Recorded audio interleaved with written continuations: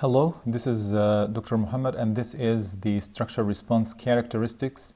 We are going to talk about part 2 of the stiffness. So this video is going to be a continuation of the previous video. So in this video, I'm going to talk about the effects on action and deformation distribution.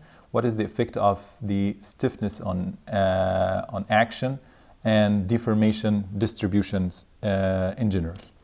So the lateral deformability of a structure system is measured through the horizontal drift. Okay, we can consider the horizontal drift as if it is a measure for the lateral deformability of the system. This is why drift is always very important whenever that you are making seismic design or seismic performance based design.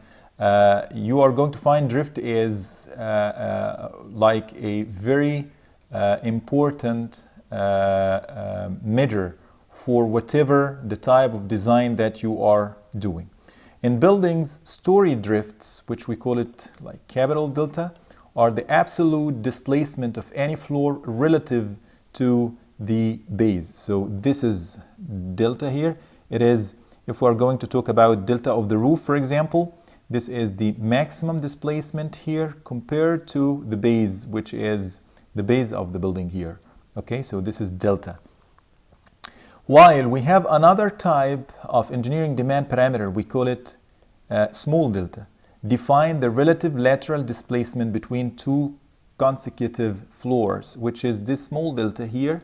It is the difference or the relative difference between two consecutive floors. So one floor is going to be as if it's fixed and the other is going to be perceived as it is moving laterally, and the difference in between, this is small delta. Okay, this is small delta. Lateral drifts of the multi-story buildings under earthquake loads. This is a kind of illustration for for this. So the definition of the inter-story drift and roof drift, this is the definition here, and the relationship for uniform and non-uniform lateral stiffness distribution along the frame height. This figure is very important, which is giving us an important insight regarding the effect of the non-uniform distribution of stiffness on the story height. Let's magnify it in the next slide. It is going to be something like this. So the uniform here, this the thin line, it is uniform distribution. Okay. The relation here is between the horizontal axis is lateral drift in percentage, and the vertical one, it is the story level. So we have like 1/6 until 6 floors. So here the uniform distribution is the thin line, as you can see. This means that all floors have the same stiffness. Okay, all columns having the same stiffness. So we're going to find that this is the shape of the lateral drift with respect to the floors. However, if we have non-uniform distribution, you're going to find this one, which is different, as you can see, the thick line, and it is higher in general. It is higher than the uniform. So whenever that you are going to design your structure, it's better to follow the uniform distribution so that you are going to have less drift in general for all floors compared to the case of non-uniform.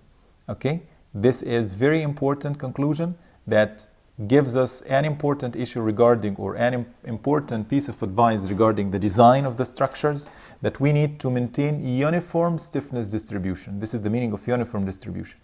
And if we are going to use non-uniform stiffness distribution among the floors, then we are going to find that more drift is going to be experienced. More drift is going to be experienced. Okay, now let's go to the dotted line here. This dotted line is the roof drift. Roof drift. Why we have illustrated here, why we plotted it here, to give you the difference between the global roof drift, which is delta H, okay, delta H, and the case where that the structure is uniform, having uniform stiffness, or the structure is having non-uniform stiffness along the height or along the, or in between the floors. As you can see here, we can use this roof drift delta over H in case that we are having uniform stiffness distribution, because this dotted line is considered to be an upper bound. It is conservative. We can use it because it is higher than the real uniform case drift, right? And even here you are going to find that it is higher than the case of the uniform. This is the uniform, and this is the roof drift or the average drift. So always it is bigger, it is larger. As you can see, a small part here, small part here. So they are the same, almost the same. But we cannot use the roof drift as an indication for our global drift if our system is non-uniform. If our system is non-uniform. This is very important issue, because in many cases we want to know, or we want to have a measure. And in many cases the measure of delta over H, it is an easy measure for us. But we need to think that if our system is having uniform stiffness distribution along the height of the building, then roof drift delta over H is okay. But if it is not uniform, we have non-uniform, then our roof drift is going to be, yes, less conservative. It is not conservative. It is not safe to use it as a measure for the global drift. Okay? Okay. So let's go back again. This concludes the importance of the uniformity and non-uniformity of the stiffness on the global response of the structure. And from this slide we understood what is the meaning of large delta or capital delta and small or lowercase delta, and which one that we can use and which one we cannot use in certain situations, especially in case of uniform and non-uniform stiffness distribution. Okay, now let's go to the next slide. The roof drift ratio, delta over H, may be considered as small delta over H. This is for the floor level. This is for the global level. Averaged along the height, so we can consider that this delta H as an average. Okay, an average along the height, and hence is not suitable for quantifying variation of stiffness, as we said, for cases of non-uniform cases or non-uniform stiffness cases. It is not recommended to use this delta over H, okay, in earthquake resisting system. However, in structures with evenly distributed mass, okay, and there is no problem with the stiffness is uniform here, and lateral stiffness, if the mass and the stiffness are uniform, so either small delta over H or large delta over H may be employed because they are equivalent. As we said, if we go back, they are almost equivalent. They are almost equivalent because we're interested in the maximum value here. So this delta over H, capital delta over H, it is considered to be higher and larger than we are in the safe side. Okay. Okay, now let's go to the next part, which is the relation between the stiffness of the different columns, different elements in the system or in the structure. So we're going to talk about two different types here, okay? Two different types of structures. Here we are going to have the frame that is having beams with high inertia forces compared to the inertia of the columns. And on the right hand side, we are going to have EI of the beams or the girders to be very small, and it is going to be connected here with almost interior hinge. So EI of the beams are very small. There is no rigidity between beam and columns. Okay, this is the two cases that we are going to compare with. If the flexure stiffness of beam is much higher than that of columns, as in this case, the structure exhibits shear frame response. This is the shear frame response. Shear, especially from the deformation point of view. Look here, this is the shear. Do you remember when I was talking about shear and flexural? Okay, so this is the shear here, shear deformation. Okay, this one is going to be like flexural deformation.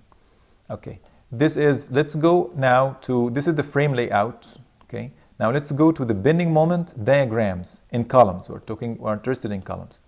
In case of having EI of the beams to be very high, we're going to find that the moments in the column is going to be divided between the bottom and the top of the column.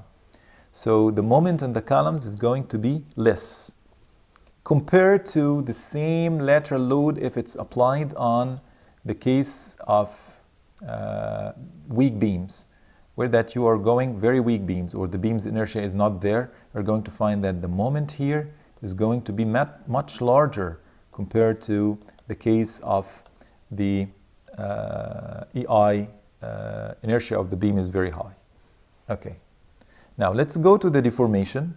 You're going to find this is shear deformation here. This is going to be flexural deformation. Okay, effects of relative stiffness of beams and columns on the distribution of actions and deformations in single-story frames, as we said. This is the case for us. Which one is going to be larger in terms of deflection? We do not know which one, delta this or delta this. Already I mentioned about this, and I think that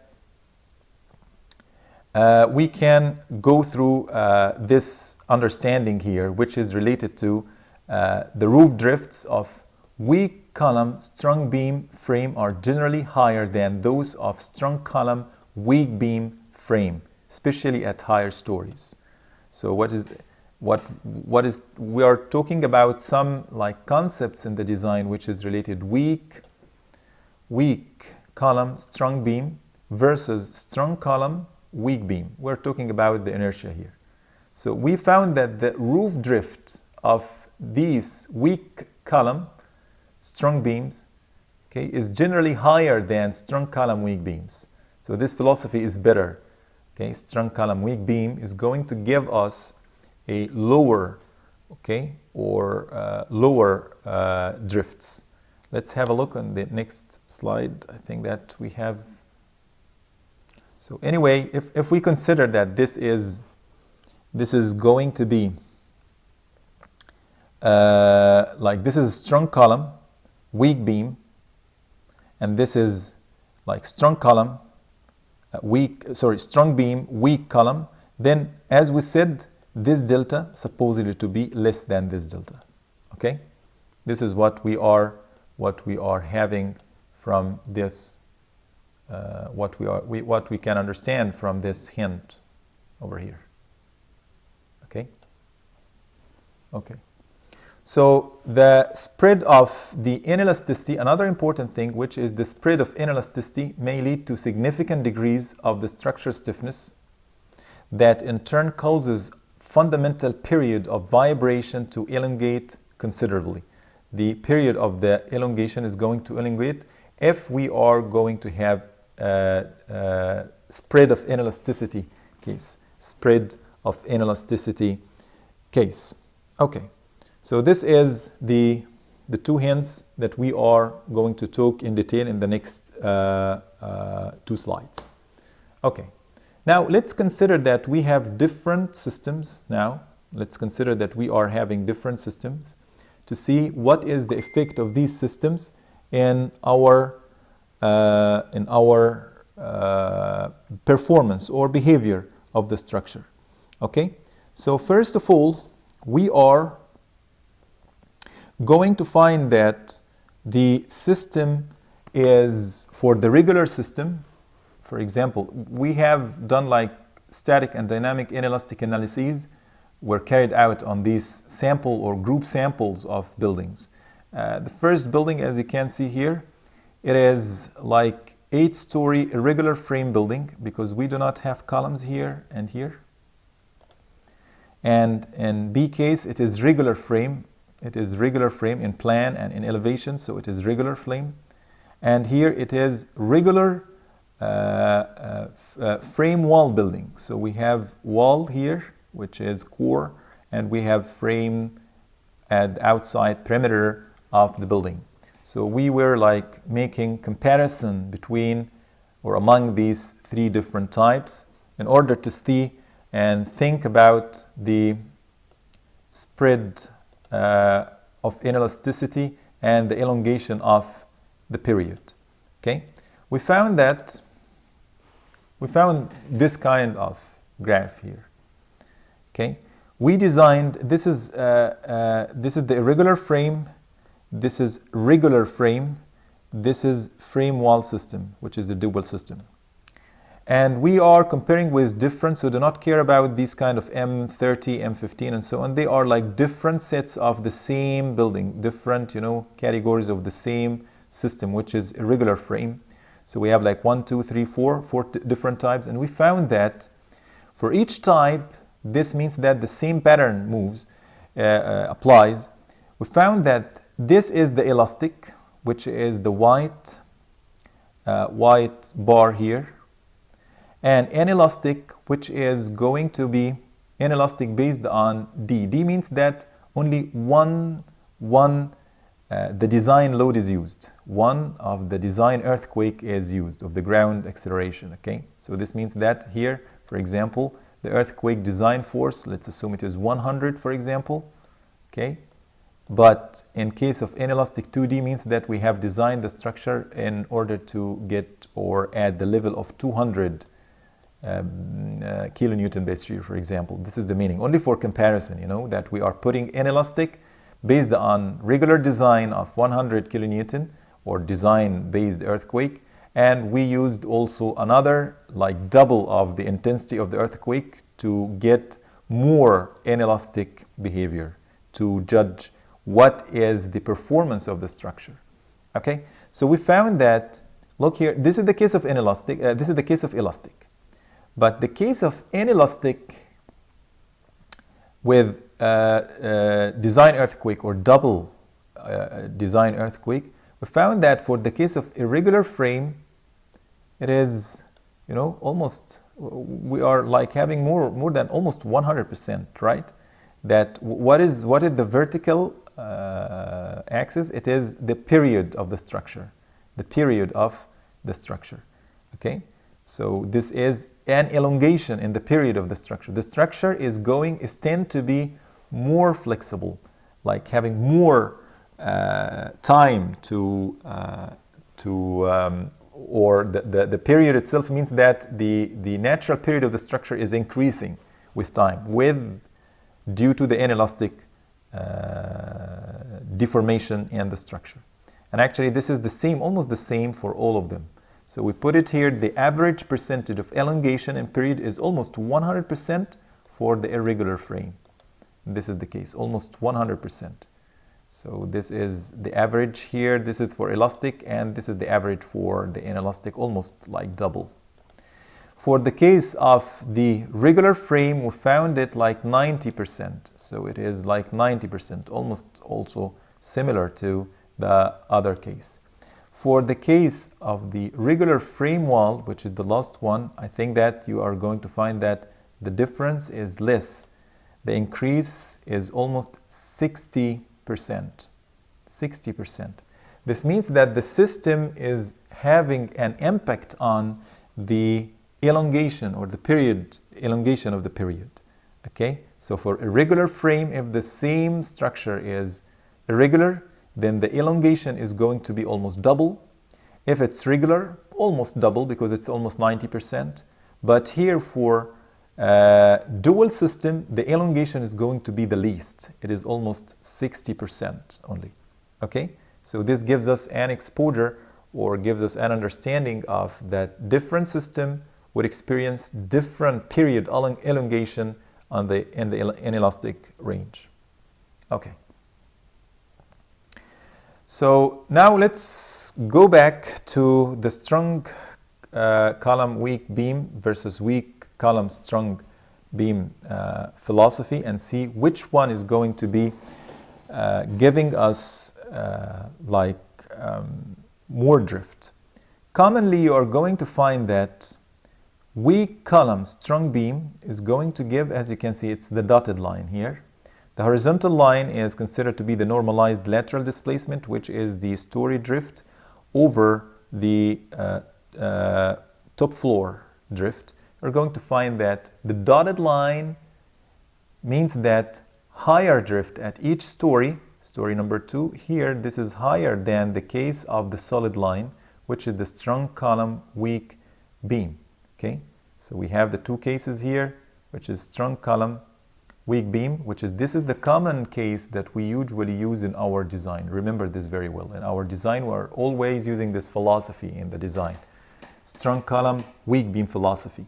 But if we are going to reverse it to make it weak column, like the case of the buildings that we have, I have shown you here. So this is the case here. This is strong column, strong beam, weak column. Okay. If we're going to make this, you're going to find that the drift is higher. The drift is higher. Weak column, strong beam is going to give higher drift compared to its counterpart of the strong column, weak beam. Okay?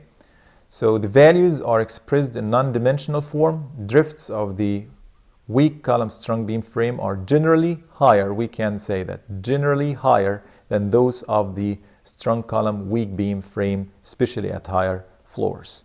Okay? Okay. Regarding the irregular and regular frames, what is the effect of being regular or irregular? If you look here, the significant variation of column stiffness along the height causes soft story, which is the case of the irregular frame. In the irregular frame, large drifts are observed at the second floor. Okay? We're going to find this one is the regular frame, which is the solid line. Generally, you are going to find that the drift is smooth and it is less than the dotted line. What is the dotted line? It is the irregular frame. You're going to find that very large in the second floor, for example. You're going to find something like this. A large transition due to some, non-uniformity here. You can find it here in the second story.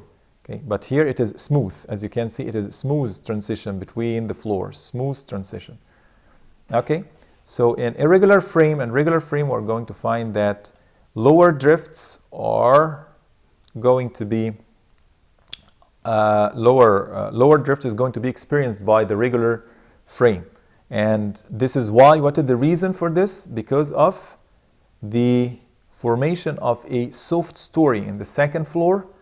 This brings a kind of big and large deformation, okay, because of the soft story. Soft story means that some floor, as you can see, soft story, there is mechanism happened in the second story.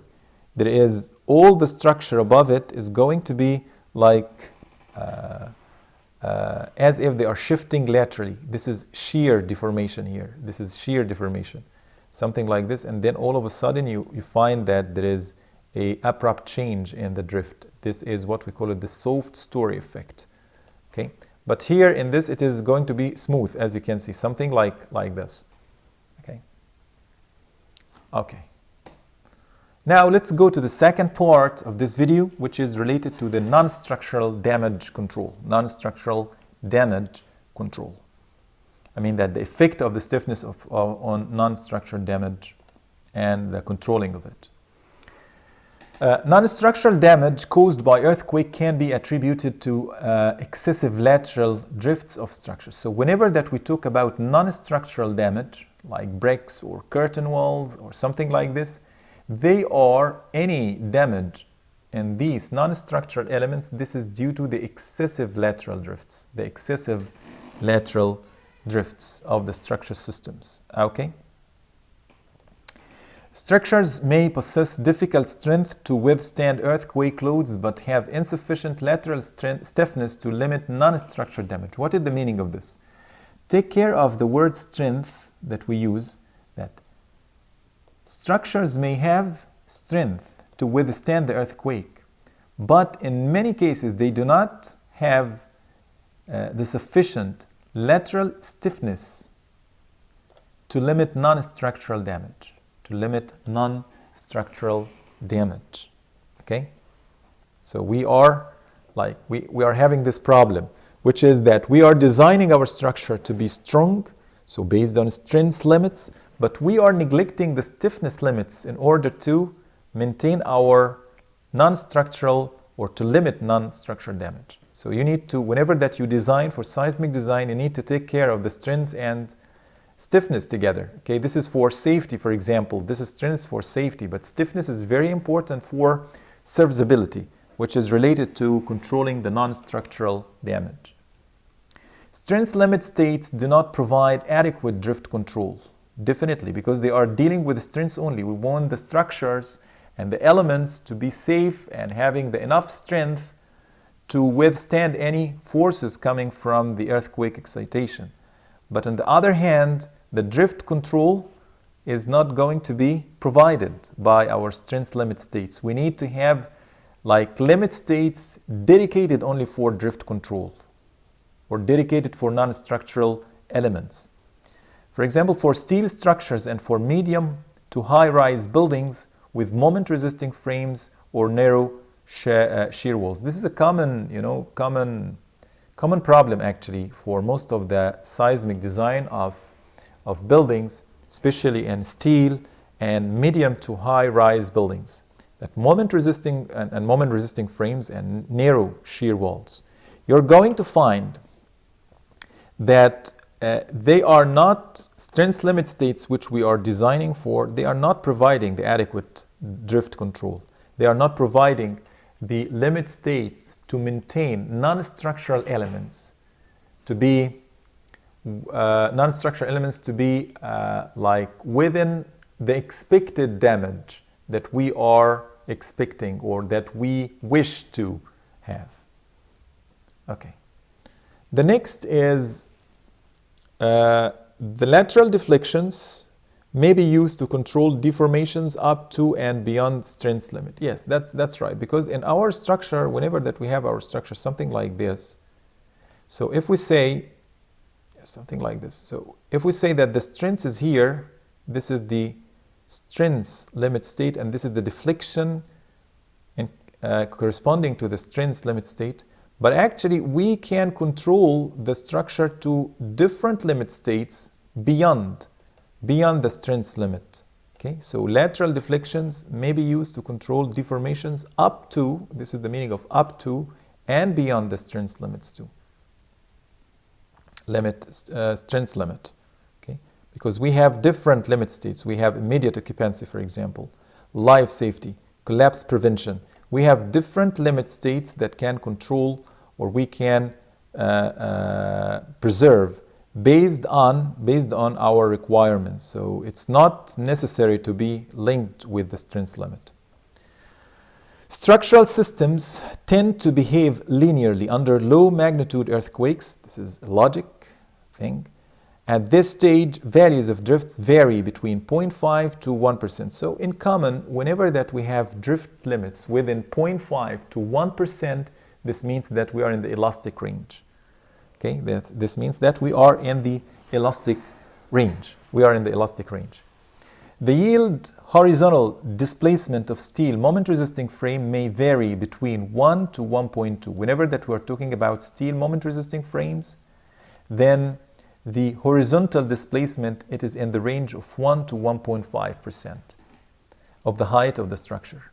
While RC frames often yield at about half of these values. So RC frames considered to be like stiffer than steel frames, counterpart steel frames. Okay, so steel frames within 1% to 1.2, RC frames, they are always half of this value. Often they are half of this value. Okay.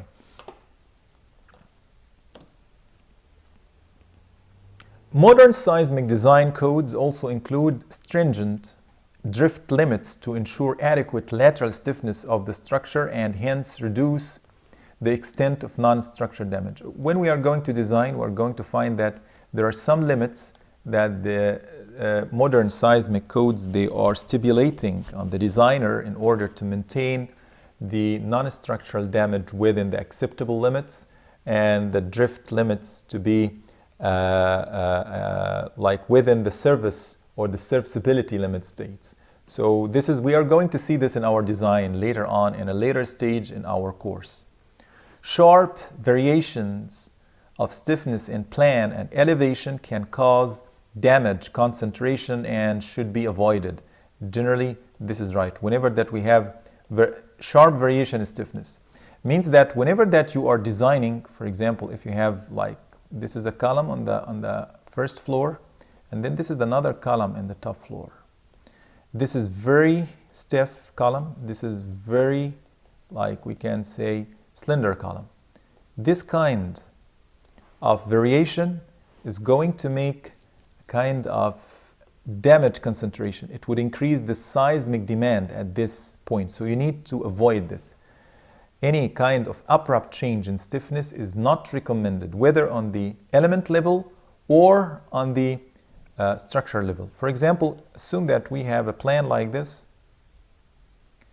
and we have something that we want to strengthen. For example, at this column, between these two columns, we want to strengthen this part. So some people, they add a kind of shear wall here, okay? And they leave the other parts intact. They didn't do anything. But actually this would make some kind of eccentricity in the plan. And this would increase the demand, especially the torsional demands on our system. So we need to have symmetric plans, and we need to have uniform distribution of the main lateral resisting systems around the plan of our system. Even in the elements, we need to have smooth and uniform transition of the stiffness, and uniform stiffness and uniform distribution of stiffness is going to be the best. Okay. The more flexible the basic structure system is, the more significant the effects of non-structural components are. That's very important, and this is a kind of research that is talking about this point in particular by Muqaddam in 1990. This is very nice. That is, he is saying something that is very relevant, that the more flexible the basic structure is, if your structure is going to be more flexible, then the more significant the effects of non-structural components are. The non-structural components is like the brick walls, for example, or the curtain walls, or the partition panels. So they are going to have more contribution if your system is flexible. The basic main lateral structure system. But if the main basic structure system is strong and stiff enough, then they are not going to have that much effect on it. Okay. So this means that if you are dealing with flexible structures, you need to take care of the non-structural effect and the effect of the non-structural components on your system. Okay. So there are like two things they are like contradicting one another. Whenever that you are decreasing the stiffness and making or having more flexible systems, you are decreasing the seismic demand on the main lateral resisting system, but you are going to have more contribution from the non-structural components. So take care of this in your design. Another hint is masonry and precast concrete infills are frequently used as interior partitions and exterior walls in steel, composite, and RC structures. Their interaction with the bounding frame should be accounted for in the assessment of the seismic performance. This is very, very important aspect that we need to take care of, especially for precast and masonry concrete infills. Okay, they are frequently used, as I said, as interior and exterior wall partitions in steel, composite, and RC structures. Their effect should be taken. And as we said, that you are going to find that their contribution is very high in the stiffness. Okay, so you need to take care of this. Studies have demonstrated that seismic behavior of infilled structure may be superior to that of the bare system. That is the word that has been used here, superior, that including the infills would make your structure performance to be superior to the bare systems. Okay, and this is verified through different studies like Shing and Mehrabi 2002. They were talking about and they investigated the effect of non-structural fills on the behavior of the seismic performance. Enhanced lateral stiffness and strength are readily achieved. Of course, stiffness and strength are going to be increased if you are going to put the contribution of the non-structure elements. Extensive experimental and numerical simulations in steel frames infilled with brick walls carried out by Mukaddam in 1988 showed that infilled frames have an increase in stiffness of from 15 to 40 times over that of the bare steel frames. You can imagine that you can increase or enhance the performance of your steel frames by considering the stiffness of the brick walls that is commonly used in our steel structures. So it is going to increase, look how much, it is from 15 to 40 times over that of the bare steel, which is something that is very huge actually. Okay. As a result of their contribution to the lateral stiffness of structures, infills undergo cracks and damage during earthquakes. Yes, that's definitely the case. Whenever that they are going to interact with the structure, so they are going to crack, and there is some damage, okay, on the non-structural elements during earthquakes. Non-structural damage can be controlled by imposing stringent drift limits. That's what we are going to study in the seismic design in a later stage, that we are going to put some stringent drift limits in order to control the non-structural damage. Consequently, the difference in the relative stiffness between frames and infills is reduced, because if we are going to put stringent drift limitation, this means that our main lateral resisting system is going to be stiffer. Okay, stiffer means that deformation would be less, and this means that our non-structural damage, our non-structural elements, which are commonly they are stiff, like bricks for example, then the difference, this is the point, the difference in the relative stiffness between, what is the relative stiffness between the brick or non-structural element and the main lateral resisting system. So the difference between the relative stiffness between frames and infills is going to be reduced if we put stringent drift limitation. Okay. Cracking due to low tensile strengths of the masonry diminishes drastically the initial elastic stiffness of masonry panels. Yes, that's right, because cracking is one of they are so fragile and so can be cracked easily, especially for masonry, if we're talking about masonry. These are generally slender and possess low out-of-plane stiffness, and that's right. Whenever we're talking about these brick masonry partitions and non-structural elements, they are possessing, as we said, slender and possess low out-of-plane stiffness.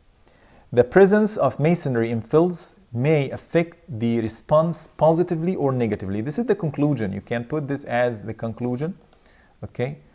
That the presence of masonry infills in general may affect the response of the structure positively or negatively. It depends on the system itself, as we said, okay? The more flexible and the more flexible maybe the performance depends in this case on the system, okay? Depending on the bare frame period and its relationship with the dominant period of input motion of the earthquake.